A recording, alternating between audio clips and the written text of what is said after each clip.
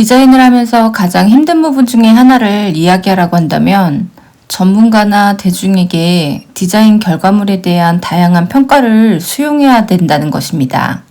여러분은 디자인을 평가를 받게 됐을 때 조금은 너그러운 마음으로 평가를 수용하는지, 아니면 그들을 설득하기 위해 디자인을 왜 이렇게 하게 되었는지 열심히 설명하는 편인지, 혹은 감정적으로 불쾌함을 드러내는지, 이것에 대한 이야기들을 좀 해보려고 해요. 우선 평가는 작업을 향한 말이지 사람을 겨누는 판정이 아닙니다. 디자인을 하기 위해 대학에서 전공을 할 때부터 현업에서 일을 하게 되는 모든 순간까지 우리는 결과물에 대한 다른 이의 의견을 수용해야 하고 그것을 통해서 결과물을 또 발전시켜야 합니다. 커뮤니케이션의 미스나 디자이너에 대한 신뢰가 부족해서 제안한 결과물에 대해서 제시안을 요구하거나 안 좋은 평가를 받게 되면 표정 관리를 어떻게 해야 될지, 이 난관을 어떻게 해결해야 될지 머릿속이 하얗게 변하게 됩니다.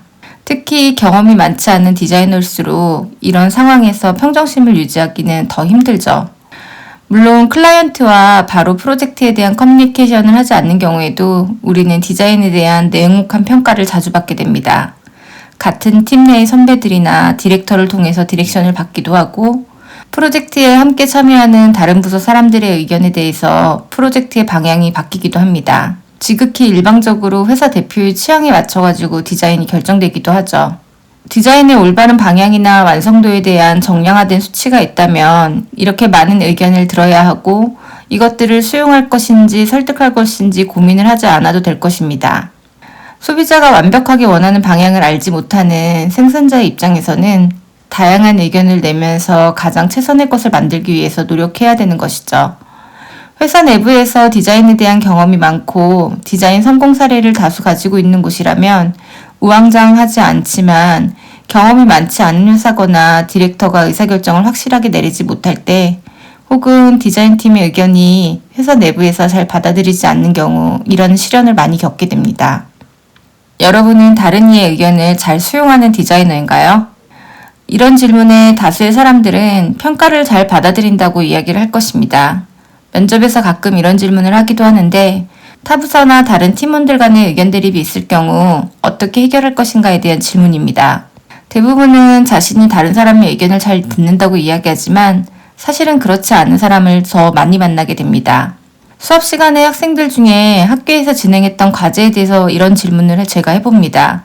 이 작업은 왜 이렇게 하게 되었니? 라고 질문을 하면 그냥 교수님이 이렇게 하라고 해서 했을 뿐이에요. 전 이렇게 하고 싶지 않았어요. 그럼 교수님에게 여러 안을 보여주고 설득을 좀 해보지 그랬니? 라고 제가 물으면 그분은 원래 자기 맘대로 하는 사람이라서 그냥 시키는 대로 하는 게 속 편해요. 전 그래서 이 작업은 포플에 넣고 싶지 않아요. 이렇게 대답을 합니다. 누구나 학교를 다니면서 교수와 마찰을 여러 번 경험한 일이 있을 것입니다. 이런 대화는 나를 찾아온 많은 학생들과 하게 되는데요. 이런 학생들은 다른 이의 의견을 잘 수용하는 디자이너에 해당되는 것일까요? 물론 그렇지 않습니다. 의견을 수용하고 그것의 발전된 방향에 대해서 지속적으로 고민을 해야 합니다. 제 수업에서도 이렇게 말하는 학생들이 종종 있습니다. 선생님이 시키는 대로 했는데요. 이렇게요. 그럼 저는 그럼 네 생각은? 그러면 다시 또 이런 대답이 나오죠. 전 그냥 시키는 대로 했을 뿐이에요. 디자이너에게 자신이 만든 작업물이 자신의 모든 것이다 라고 하면서 고집을 부려 자신의 의견을 주장하라는 의미가 아닙니다. 다른 이의 의견을 수용한다는 것은 그 방향으로 더 고민을 하고 다른 이의 의견을 받아들여 가장 최선의 답을 위해 노력을 해야 한다는 것이죠. 하지만 실제 클라이언트를 만나게 되더라도 이런 일은 많습니다. 설득이 되지 않는 이들은 저도 역시 많이 만나게 됩니다. 그래도 그들이 시키는 대로 했다라는 표현은 하지 않습니다. 원하는 방향에서 최선을 다해 베스트를 찾기 위해 노력을 해야 된다는 것이죠. 디자인은 마치 퍼즐 맞추기와 같다라고 저는 생각을 합니다. 퍼즐의 한 부분이 잘 맞는다고 생각을 해서 계속 하다 보면 다른 한 부분이 안 맞습니다. 그렇게 되면 기존에 했던 것들을 버리고 재배치를 시도해야 합니다. 그러다가 누군가 의견을 통해 솔루션을 찾기도 합니다. 완성으로 가는 길이 정답이 없기 때문에 자신의 생각이 절대적으로 맞는 것도 아니고 다른 이의 생각이 모두 맞는 것도 절대 아닙니다. 그러니 누군가의 의견에 대해서 시키는 대로 하는 것이 아니고 가장 좋은 방향성을 찾아가는 동료라고 생각을 함께 해야 합니다. 의견을 제시한 사람이 학교 교수든 선배든 디자인에 대해 전혀 모르는 영업 담당자의 의견이든 간에요. 결국은 다른 사람의 의견을 통해 도출된 결과물은 디자이너의 것입니다. 그러니 누가 시켜서 했다는 무책임한 발언은 삼가하는 것이 좋습니다. 디자인에 대한 크리틱이 디자이너에 대한 비난은 아닙니다. 전 직장에서는 프로젝트를 하나를 전체 디자이너가 시안을 잡고 모든 디자이너가 모여서 크리틱하는 시간이 있었습니다. 표면적으로는 경쟁이 아니고 프로젝트에 대한 가장 좋은 안을 보고 의견을 공유하는 자리였습니다. 하지만 프로젝트에 참여하는 디자이너들에게는 자존심이 걸린 문제였고 다른 디자이너보다 못한 시안을 공개적으로 오픈한다는 것은 정말 부담스러운 일이었죠. 모든 프로젝트가 이런 식으로 진행이 되었는데 시간이 꽤 지났어도 공개 크리틱은 적응하기가 참 어려웠습니다. 작업물에 대해서 좋은 평가가 나올 수도 있지만 그렇지 않은 일도 많습니다. 시간 내에 만족스러운 결과물을 만들어내지 못했을 때는 스스로가 부끄럽고 그 자리가 낯뜨거울 수도 있습니다.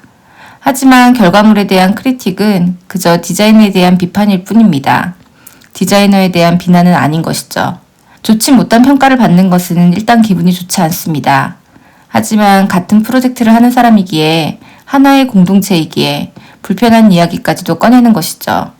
멘탈이 무너졌다고 말하는 친구도 있었고 디자인에 더 자신감이 없어졌다고 말하는 사람도 있었습니다.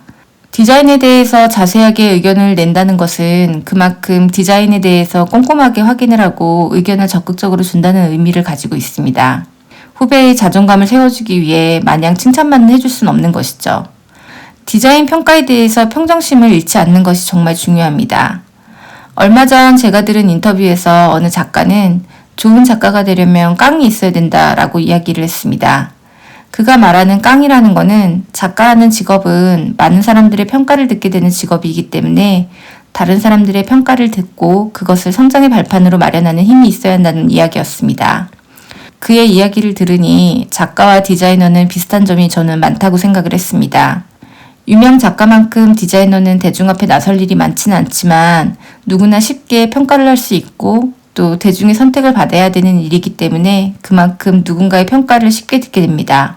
안 좋은 평가를 듣고 나서 자신의 자존감을 이야기한다든지 자신의 적성과 맞지 않는다 이런 이야기를 하는 것은 철없는 핑계에 불과하다고 생각을 합니다.